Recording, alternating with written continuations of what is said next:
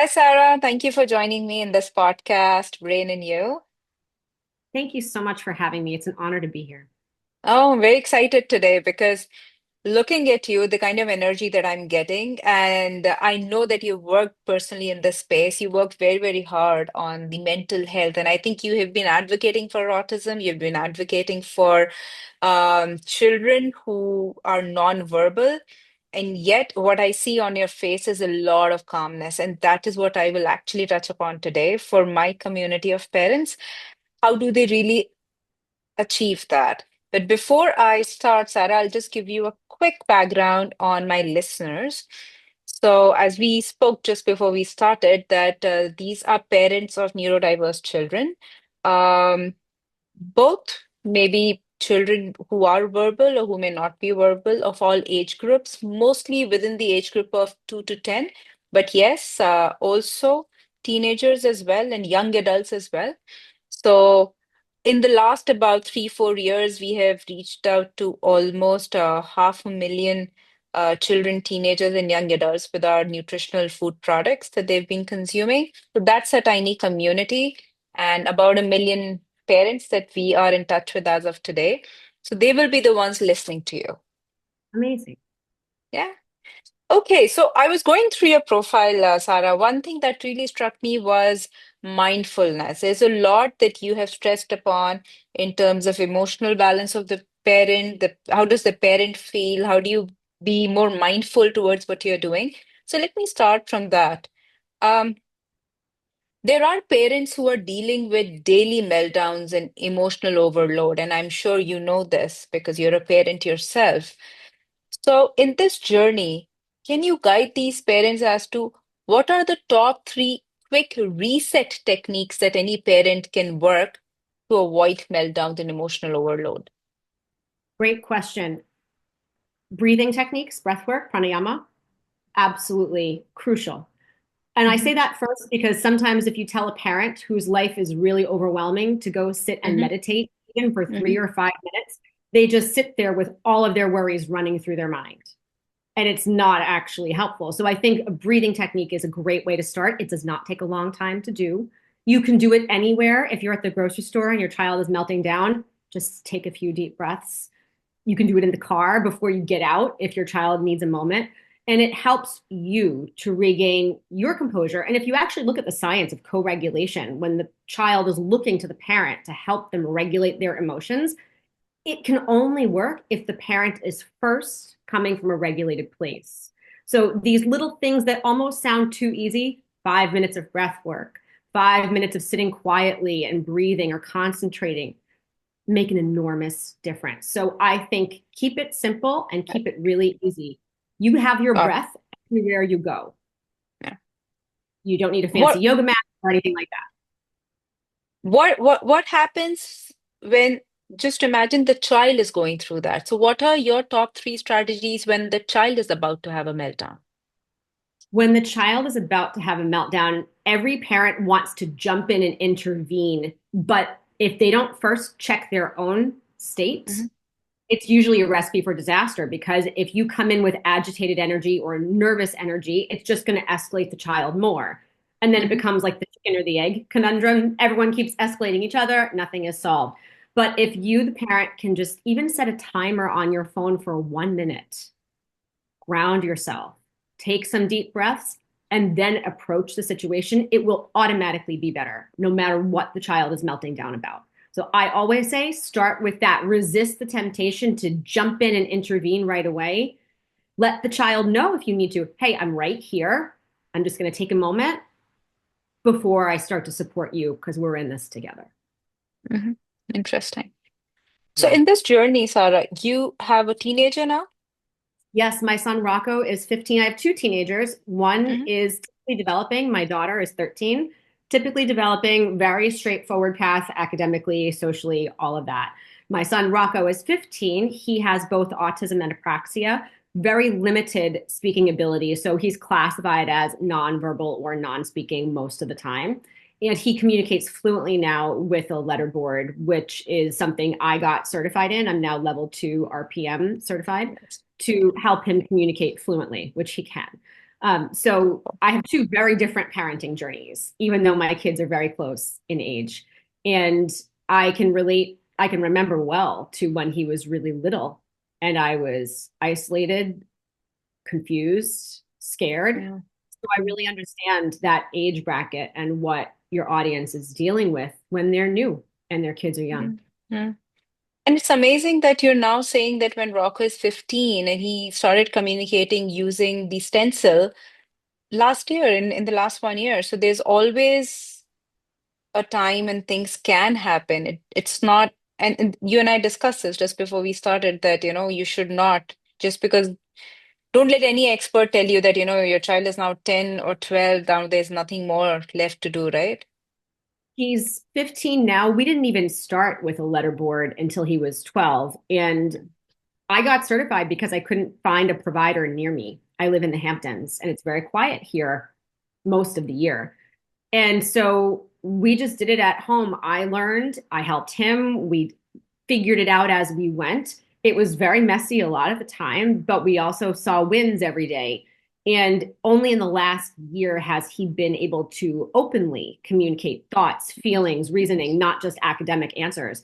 And it's so beautiful to see him use his voice, but it also showed me that neuroplasticity of the brain is real. And it doesn't stop when your kid is 5 years old or 7 years old. It keeps Yeah. going. And last year, we also saw him for the first time in a professional evaluation setting, answering questions verbally as well. He'd never been able to do that before. So if you're a parent of a 10-year-old or even an 8-year old and you're telling yourself, oh, it's too late, I've missed the window of opportunity, Hmm. that story that you're telling yourself. Possibility happens always. But if you decide it's not possible and you put zero effort in that direction, it's never going to happen. I met a True. mom recently who's in her 80s now. Her son is Okay. 55. He didn't Okay. start communicating with a letterboard until he was 40. Oh my God. And now he communicates perfectly in his 50s. And he has a job Imagine. and he lives in a community and he can communicate with those around him. But can you imagine if this mom had said, oh, my son's an adult now, there's no hope for him, I'm not going to try? How different would his life be? So I remind myself of that a lot. It's never too late unless you decide it is. Yeah. Yeah. And I'm personally a big fan of Soma Mukhopadhyay. So I spoke to her and yeah, she has just done amazing stuff for her own son, which has ended up changing so many lives. So Yes. yeah. So in this journey, Sarah, you would have tried a lot of things, a lot of diets and therapies and different routines. Tell me, Sarah, what actually worked for Rocco and what was a waste of time and money? Great question. In terms of diet, what worked for Rocco, he's been gluten-free since he was 2, dairy-free as well. That's helped his attention span tremendously. He does have a lot of gut issues. We've done extensive diagnostic testing with him. Something that I didn't discover until he was around 11 was that he's very sensitive to mold toxins, mycotoxins through food. So when he was 11, I had to overhaul his diet again and remove grains, nuts, seeds. And again, this is all based on his diagnostic testing. That doesn't mean it's for everybody. But it was fascinating to see the results, even after 1 month of just doing that. Some of the things that had been problematic in his blood work that we'd tried different things to fix and they weren't changing were resolved after 1 month of removing the molds from Amazing. his diet as much as we could. And he's a really amazing eater, so that helped us tremendously. But it was still a change for him, and I had to be fully committed myself because, of course, I'm the one supporting him at home in the kitchen, and it really reminded me as well. If I hadn't been ready to make that change, or if I'd done it kind of halfway, we probably would not have had a great result. But because we went all in together, I kept reminding him this is helping your body. You're going to feel so much better. And he did. He felt better. He looked better. His blood work supported that. Cool. And I think for us, the molds were a real sensitivity for him. And they might be for others as well. Um, there's not a lot that hasn't worked, truthfully. Mm, But I think some of it is a faster result, like those mycotoxins being removed from the diet. Some of it is a long term result, like taking supplements, for example. And I think we live in an instant gratification culture, right? Amazon Prime mentality. Push the button, you get what you want right away. And I think it can be really challenging for parents to remind themselves that you have to wait for some Very things. true. Yeah. Things that helped him instantaneously, definitely the mycotoxin diet, medical marijuana as well. He's a legal card carrying user. It helped his adrenal hormones, and we tested before and after adrenal hormones, which help with your sleeping, which help with so many things. And that was a really fast solution for him as well. We did it through a doctor who prescribed for him. Um, Things that took longer, certainly. Um, certain types of supplements, I always say they're working behind the scenes. So you Yeah. may not even see a difference until you repeat blood work again to actually look. But that doesn't lie. So to me, those types of things make a difference in the long-term health Yeah. of someone's body, but you may not see the role they play immediately in your daily That's life. true. Yeah. I think I always say that to our set of audiences or parents who come to us that, food is not a drug. You don't, it's not getting rid of fever. It's a way Right. of life. So you have to really have it and especially the kind of Ayurvedic herbs that we use in our products, you need to really give it time. It is just so natural for Absolutely. these herbs to perform, but give it 4, 5, 6 months and just let it be. So, and yes, one point that you mentioned, Sarah, I would want to stress here that a lot of parents I've seen now that they come to us and they say that should we go gluten free? Should we go dairy free? And I say, is your child in India generally we're not allergic to dairy and gluten. Generally, we Right. don't have peanut allergy. So I say it is each case is so unique that if Yeah. your child is happy, and a lot of children in India that I was told by a mother, maybe she would have read somewhere that a lot of children in India love to consume dairy, neurodiverse Mm, children also. So if yeah. your child is not feeling any insensitivity or some anything bothering him in the gut, and you can feel Yeah. that, then let it be. Why do you want to spoil one source of nutrition? But Right. you can also, at the same time, like you said, you can also notice as a parent that certain kinds of foods are causing Yeah. discomfort. Maybe Yeah. not allergy as such, but Right. discomfort. I So, think that's have a you, great, yeah, yeah. I think that's a great point. I didn't mean to interrupt you. I think that's a great point. And also, your body's always talking to you. Your child's body's yeah, always. So yes, if your child's body is talking through skin rashes or sleep yes, issues or, ear infections, that's a signal to look at something. And then fortunately, unfortunately, you as the parent have to act a little bit like a detective and yes. then try to isolate what could be happening here. What can diet help with? But you may not know until you try. Exactly. And what happens in most of the cases is when the child is not able to communicate and has these insensitivities or food sensitivities or discomfort, you will normally see the child aggressive, banging the head, rolling on the floor because they're not able to tell you what's going on. And then when it happens over a period of time, you end up telling people that, there's a change, there's a phase, my child has become aggressive. I think he has ADHD. So Right. this meltdown and tantrum and everything is clubbed into something which is very, very simply related to the gut, to the food that maybe you end up giving. So Yes, that's also very important for the parents to understand and monitor gut extremely closely, I feel.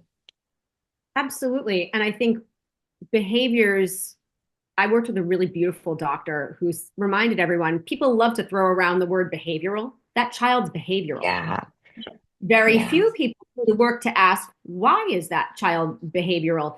And a behavior will never sprout out of nowhere. There's always some type of catalyst. What is the catalyst? Are they frustrated at school? Is their body uncomfortable and they don't have the mm, language? mm, Even a verbal 5-year-old may not yes, have emotional maturity to explain that their gut feels agitated. So I think, again, is it fair that parents have to be detectives a bit? No. Is it worth doing? Absolutely, because it's going to show you so much about your child and really empower you to help them yeah, in ways that yeah, you can't. yeah, yeah. I want to ask you one last thing before we end this, and that's extremely important. What is that one thing, Sarah, that you wish every neurodiverse child's parent should stop doing immediately, even if they think it's helpful? Stop listening to experts and instead listen to your gut as a parent. Mm, And I say that loosely because, of course, you're considered an expert in your field. I'm considered an expert in your field. I think your intuition will tell you when you want to connect with an expert and they're the right fit for you. But if some random expert says your child will never do this, your child will never do that, you get to choose if you subscribe to that person's labeling of your child or not.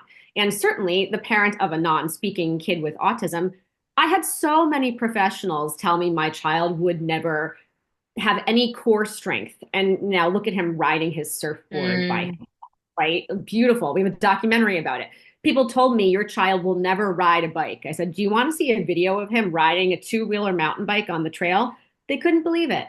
And people certainly told me your child has a low IQ. Your child can't communicate. And now I can talk with him using his letterboard and he's getting his high school diploma. So I think you as the parent have to remind yourself that those are other people's thoughts and opinions, and you can decide to subscribe to them or not. But it's up to you.